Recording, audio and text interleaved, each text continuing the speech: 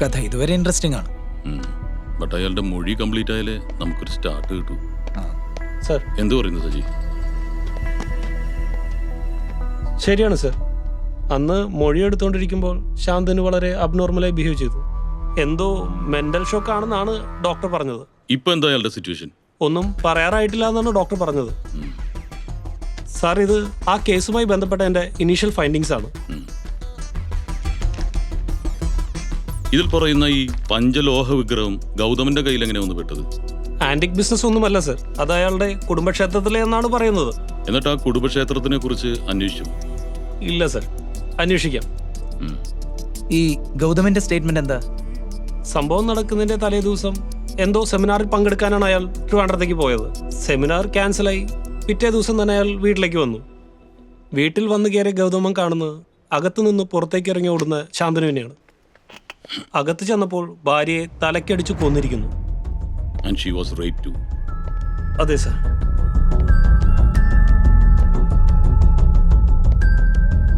സാറെന്താ ആലോചിക്കുന്നത്? നമ്മൾ ഇത്രയും കാലം അന്വേഷിച്ചുകൊണ്ട് നടന്ന ആ ക്രിമിനൽ ശാന്തനുവാണ്. സ്ത്രീകളുമായിട്ട് ബന്ധം സ്ഥാപിച്ച് അതിവിദഗ്ധമായിട്ട് മോഷണം നടത്തുന്നവൻ. പക്ഷെ ഇതുവരെയായിട്ട് ഒരു കേസിലും റേപ്പ് റിപ്പോർട്ട് ചെയ്യപ്പെട്ടിട്ടില്ല. പിന്നെ ഇവിടെ മാത്രം അതെങ്ങനെ നടന്നു? സജി, ശാന്തനുവിനെ ഹോസ്പിറ്റലിൽ അഡ്മിറ്റ് ചെയ്താരാണ്? വല്ല ഇൻഫർമേഷൻ? ഇല്ല സർ. അപ്പോൾ പോലീസ് സ്റ്റേഷനിൽ ആരാണ് ഇൻഫോം ചെയ്തത്? ഹോസ്പിറ്റലുകാരാണ് ഇൻഫോം ചെയ്തത്. അവർ തന്ന ശാന്തനുവിന്റെ പ്രോപ്പർട്ടീസിൽ വിഗ്രഹം ഉണ്ടായിരുന്നു. ഓ സർ, ഒരു ഡൗട്ട്. യെസ്. സെക്സിൽ ഏർപ്പെട്ടതിന് ശേഷം ശാന്തനു വിഗ്രഹം മോഷ്ടിക്കാൻ ശ്രമിക്കുന്നത് ഈ കൊല്ലപ്പെട്ട സ്ത്രീ കണ്ടിട്ടുണ്ടെങ്കിലോ? സ്വാഭാവികമായും അവരത് തടയാൻ ശ്രമിക്കും. ആ സ്ട്രഗിളിനിടയിലാണ് മർഡർ നടക്കുന്നതെങ്കിൽ സംഭവിക്കാവുന്നതാണ്. പക്ഷെ പൂർണ്ണ സമ്മതത്തോടെയുള്ള സെക്സും റേപ്പിലും തമ്മിൽ വ്യത്യാസമില്ല നാസറേ. സജി, പോസ്റ്റ്മോർട്ടം റിപ്പോർട്ട് കിട്ടിയോ? ഓ സർ, റേപ്പ് ചെയ്തതിനു ശേഷം തലക്കടിച്ചു കൊന്നു എന്ന് തന്നെയാണ് റിപ്പോർട്ട്. അപ്പോൾ that doubt is clear.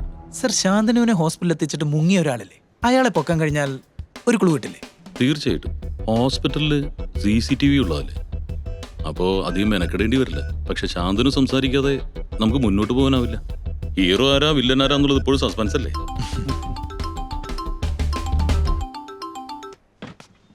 Hello. Okay sir, ഹോസ്പിറ്റലിൽ നിന്നാണ്. Shantanu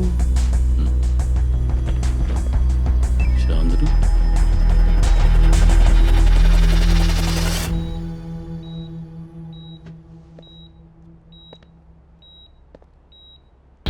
come on Shantanu, speak up. തന്റെ ഭാവാഭിനയം കണ്ടു നിൽക്കാനുള്ള സമയമില്ല ഞങ്ങൾക്ക്. അതിനുശേഷം അന്ന് അവിടെ എന്താ സംഭവിച്ചത്?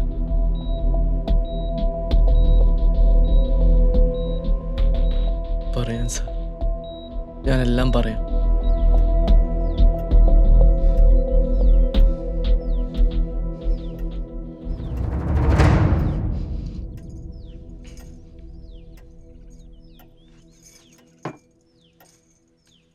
കുറച്ച് വെള്ളം കുടിക്കുന്നോ?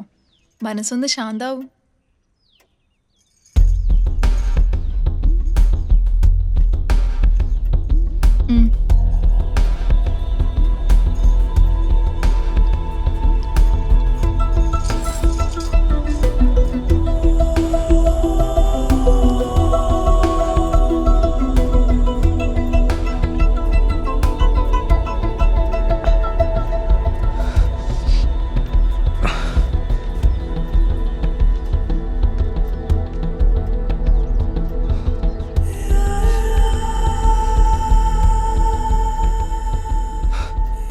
എന്തുപറ്റി ശാന്തനു? സ്വന്തം രൂപത്തിൽ ഇനിയും വിശ്വാസമായില്ലേ? ഇപ്പൊ മനസ്സിലായോ മനുഷ്യന്മാരെ പറ്റിക്കാൻ എളുപ്പമാണെന്ന്? അതിപ്പോ എനിക്ക് തന്നെ വിശ്വാസമുണ്ടല്ലോ എനിക്ക് എന്നെ പറ്റിക്കാൻ സാധിച്ചത്. വിശ്വാസോ? അതും മനുഷ്യന്മാര് തമ്മില്. അതങ്ങനെയല്ല ശാന്തനു. സ്വന്തം സ്വാർത്ഥതയ്ക്കും ഇഷ്ടങ്ങൾക്കും വേണ്ടി മനുഷ്യൻ എന്ത് കല്ല് വെച്ച നുണയും വിശ്വസിക്കും. അത് ശരിയാ. അതുകൊണ്ടാണല്ലോ ഈ കല്ല് വെച്ച നുണ ഞാനും വിശ്വസിച്ചത്. എന്നിട്ട് വല്ലോ നടന്നോ? അതുമില്ല. ഇനിയിപ്പോ ഇത് കളഞ്ഞേക്കല്ലേ? ഏയ്, അത് കളയല്ലേ. അതിങ്ങതാ.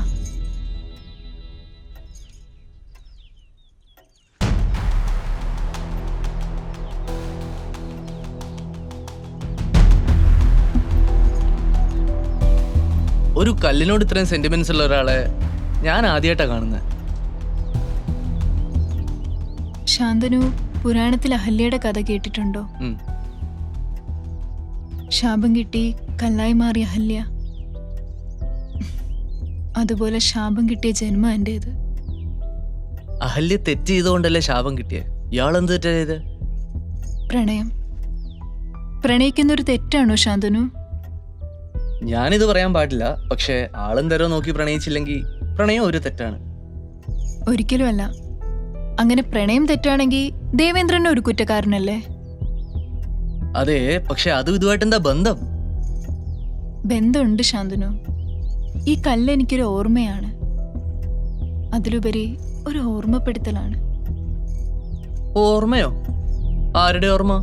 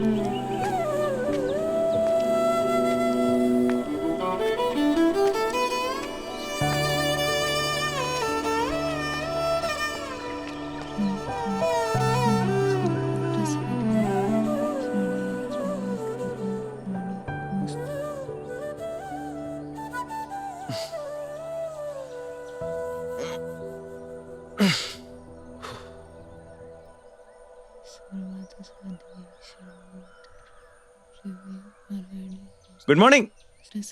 ഹലോ.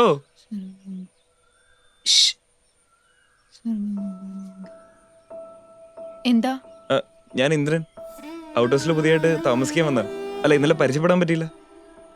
അതുകൊണ്ട്? അതുകൊണ്ടൊന്നുമില്ല, ചുമ്മാ പരിചയപ്പെട്ടളാന്ന് വിചാരിച്ചു. ഞങ്ങളുടെ വീടും പരിസരമൊക്കെ ഇഷ്ടായോ? ഇഷ്ടായിരുന്നു. ഞാൻ ആ കുട്ടിയോട് ഇന്നത്തെ പത്രവും ചോദിക്കായിരുന്നു. ഓ, അതിനെന്താ? അഹല്യ ആദ്യത്തനെയും പത്രികാം സ്വീകൃത്യാൻ തദാതു. ഇയാളുടെ നാടെവിടെയാ? തറവാടൊക്കെ കണ്ണൂരാണ്. പഠിച്ചു വളർന്നൊക്കെ ബാംഗ്ലൂർ. ആ ഫാമിലി ഒക്കെയോ? അച്ഛനും അമ്മയൊക്കെ ചെറുപ്പത്തിലേ മരിച്ചു. ഓ. ഇപ്പോ നാട്ടിലങ്ങനെ പറയത്തൊക്കെ ബന്ധുക്കളാരും ഇല്ല. അപ്പൊ കല്യാണം കഴിഞ്ഞിട്ടില്ല. പറ്റിയൊരാളെ കണ്ടുപിടിക്കണം. ഇയാൾ എവിടെ ജോലി ചെയ്യുന്നേ? ഇവിടെ എങ്ങനെ എത്തിപ്പെട്ടു? അത് ഞാൻ ജോലി റിസൈൻ. ഗുഡ് മോർണിംഗ് ചിത്തി. Good morning. ആ, രണ്ടുപേരും ഉണ്ടല്ലോ രാവിലെ തന്നെ. പിരിവിന് ഇറങ്ങിയതാണോ? ഛേ, ഞങ്ങൾക്ക് ചിത്തിയുടെ കയ്യിൽ നിന്ന് ഒരു സ്പെഷ്യൽ കോഫി കുടിക്കണം, പിന്നെ മ്യൂസിക് ഡയറക്ടറെ കാണണം, കമ്മീഷൻ വാങ്ങണം, അങ്ങനെ ഓരോരോ കാര്യങ്ങൾ. എന്നോട് തന്നെ വേണോ ഈ സോപ്പ്? ഒരിക്കലും കുളിക്കാത്ത എവന്റെ എവിടെ നിന്ന് ചിത്തിയ സോപ്പ്? പിന്നെ ചിത്തി ഉണ്ടാക്കുന്ന ഇഡ്ഡലിയുടെ ചമ്മന്തിയുടെ ഒക്കെ ടേസ്റ്റ് ഇടയ്ക്കിടയ്ക്ക് അവൻ പറഞ്ഞു വെള്ളം ഇറക്കാറുണ്ട്. ആണോ? ഇതങ്ങ് തുടച്ചിയാളെ. ഇനിയിപ്പോ ആ വെള്ളം ഇറക്കി വെക്കുന്നതായിരിക്കും നല്ലത്. ഇന്ന് ഇവിടെ എല്ലാവർക്കും വ്രതവാ. വെറുതെ പൊക്കി അടിച്ച വേസ്റ്റ് ആയി. അല്ല, നിങ്ങളീ പറഞ്ഞ മ്യൂസിക് ഡയറക്ടർ ആരാ? ബെസ്റ്റ്. ചിട്ടിയുടെ മുമ്പിൽ നിൽക്കല്ലേ? ഇതാരെന്നാ വിചാരം? ഭാവിയിലെ ഇളയരാജയാണ്. നീ ആവശ്യമില്ല ആ പുള്ളിയുടെ പേരൊന്നും പറയല്ലേ. അവസാനം ആ പുള്ളി അതിന് റോയൽറ്റി ചോദിക്കും. താൻ മ്യൂസിക് കമ്പോസർ ആണോ? സിനിമയൊക്കെ ചെയ്തിട്ടുണ്ടോ? ഇല്ല, ആദ്യ സിനിമയുടെ കമ്പോസിംഗ് നടക്കാണ്. അതിന് പറ്റിയൊരു സ്ഥലം നോക്കി നടക്കുമ്പോഴാണ് ഇവരെ എന്നെ ഇങ്ങോട്ട് കൊണ്ടുവന്നത്. പാട്ടൊക്കെ സെറ്റ് ആവുമ്പോ ഞങ്ങളെ കേൾപ്പിച്ചു. പിന്നെന്താ, എല്ലാവരും ഉണ്ടല്ലോ അല്ലേ? സാർ എങ്ങനെയുണ്ട് വീടും സൗകര്യങ്ങളൊക്കെ? എന്തെങ്കിലും ഉണ്ടെങ്കിൽ പറയാൻ മടിക്കണ്ട. ഉറപ്പായിട്ടും പറയാം സാർ. ആ, നിങ്ങളോട് നിൽക്ക്, ഞാൻ ക്യാഷ് എടുത്തിട്ട്. ശരി, ഓക്കെ. എന്നാ പിന്നെ ഞാൻ ചെല്ലട്ടെ, കുറച്ച് പണിയുണ്ട്. ശരിടാ, ഓക്കെ, ആയിക്കോട്ടെ.